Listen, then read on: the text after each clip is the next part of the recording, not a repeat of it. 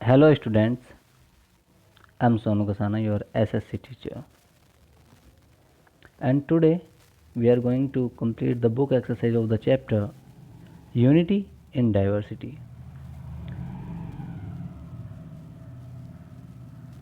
Social and Political Life, Class 6. Let's start with the very first question. The very first question is very easy, and this is: draw a list of the different festivals celebrated in your locality. Which of these celebrations are shared by members of different religion and religious communities?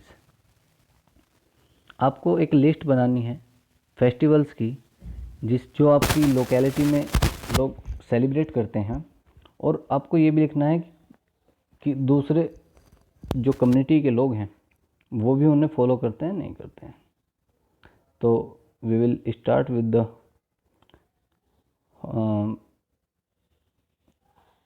Festivals like Holi. और होली को कौन कौन celebrate करते हैं? Hindus. Okay, first of all Hindus.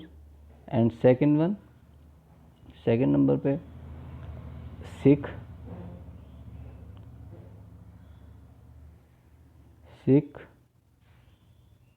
SIKH,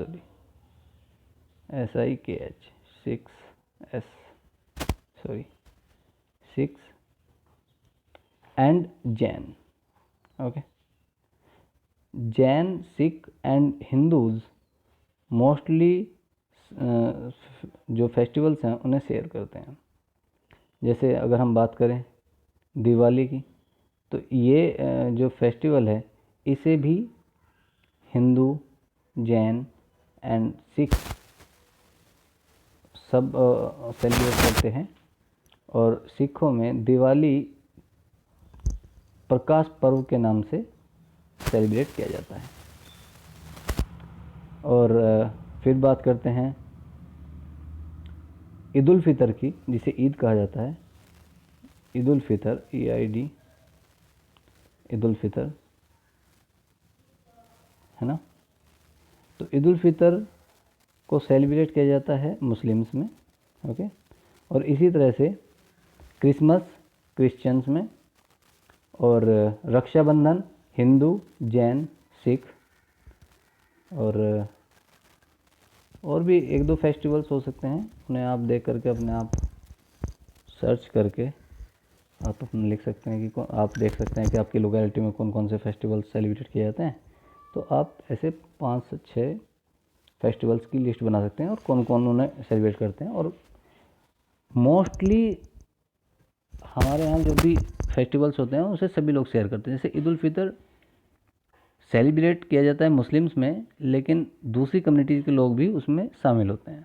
ठीक है, ऐसे ही दूसरे और फेस्टिवल्स में भी, जैसे दीपावली है या होली है, उनमें दूसरी कम्युनिटीज़ के लोग भी फेस्टिवल में शामिल होते हैं. 3 तो वो सेलिब्रेट करते ही हैं, उनके लिए तो मतलब वो बेसिक हो गया.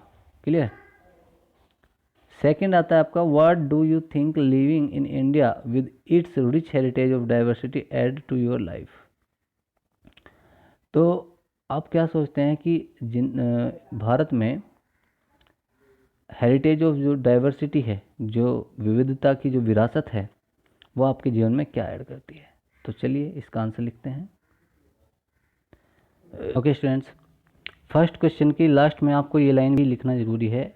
Almost all the members of the different communities in our neighbourhood share and celebrate these festivals. Okay, अगर आपको समझ नहीं आया तो आप यहाँ से भी आंसर लिख सकते हैं. ठीक है, Holi Hindu, Sikh, Jain. Diwali Hindu, Sikh, Jain. Eid ul Fitr Muslim. Christmas Christians. Lohri Hindu, Sikh. Rakshabandhan Hindu, Sikh, Jain. Good Friday Christians. Clear है, ये सारी चीज़ें हो जाती हैं. तो फिर आपका आता है क्वेश्चन नंबर 2 का आंसर, जो हमने अभी पढ़ा था कि what in India enrich our life in ways, है ना, कि क्या ऐड करती है हमारी ज़िंदगी में जो rich heritage of diversity of India है. तो क्या क्या चीज़ें आती हैं? First one, we learn many things and share our experiences. हम एक दूसरे से काफ़ी सीखते हैं और अपने अनुभवों को साझा करते हैं। फिर आता है आपका कि we celebrate different festivals together and learn different languages culture etc। हम अलग अलग त्योहारों को मनाते हैं, अलग अलग भाषाएं सीखते हैं और संस्कृतियों के बारे में जानते हैं। A sense of friendship and unity develops which brings harmony and prosperity, है ना। एक फ्रेंडशिप और यूनिटी की जो सेंस है, जो भावना है, वो उभर करके आती है और जिससे खुशहाली और सद्भावना उत्पन्न होती है ना। हार्मनी, सद्भावना। चलिए नेक्स्ट क्वेश्चन देख लेते हैं। तो next question is do you think the term unity in diversity is an appropriate term to describe India. क्या आप सोचते हैं कि जो यूनिटी इन डाइवर्सिटी ये टर्म है, ये जो फ्रेज है, ये सही है इंडिया को डिस्क्राइब करने के लिए? What do you think Nehru is trying to say about India unity in the sentence quote about from this book the Discovery of India. तो क्या लगता है कि नेहरू जी क्या कहना चाह रहे हैं भारत के बारे में?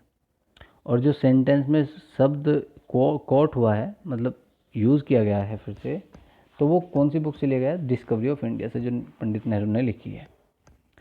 चलिए जी, start writing the answer. Answer is the phrase unity in diversity very well describe India. India is a land of various culture, caste, creed and religions still people live in harmony and brotherhood. जो India है वो काफ़ी उसमें cultures हैं, cast हैं, creed हैं और religion हैं, और फिर भी लोग हार्मनी से रहते हैं, सौहार्द से रहते हैं, ब्रदरहुड, भाईचारे से रहते हैं। ठीक है। दे सेलिब्रेट फेस्टिवल टुगेदर, वे एक साथ त्यौहार मनाते हैं, and share their joys and sorrows together, और एक दूसरे के साथ अपने दुख सुख को बांटते हैं। बस यहीं तक रहने देंगे, इतना ही काफ़ी है। Okay, thank you. ये क्वेश्चन 4 इज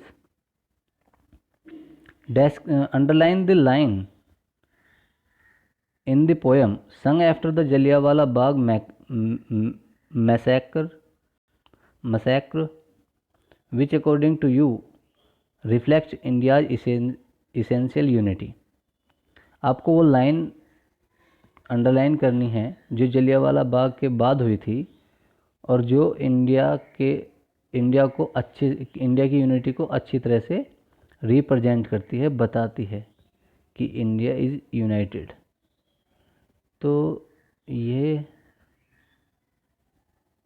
हाँ यही है वो, यस, यही वो गीत है जो जलियांवाला बाग के बाद गाया गया था। तो इसमें ये जो लाइन है, the blood of Hindus and Muslim flows together, ये जो लाइन है, the blood of Hindus and Muslim flows together today, यहाँ तक ये कंप्लीट लाइन आप लिख लो। यही वो लाइन है जो शो करती है इंडिया की डाइवर्सिटी, यूनिटी इन डाइवर्सिटी को, है ना। वो लाइन लिखने के बाद में आप यहाँ से लिखेंगे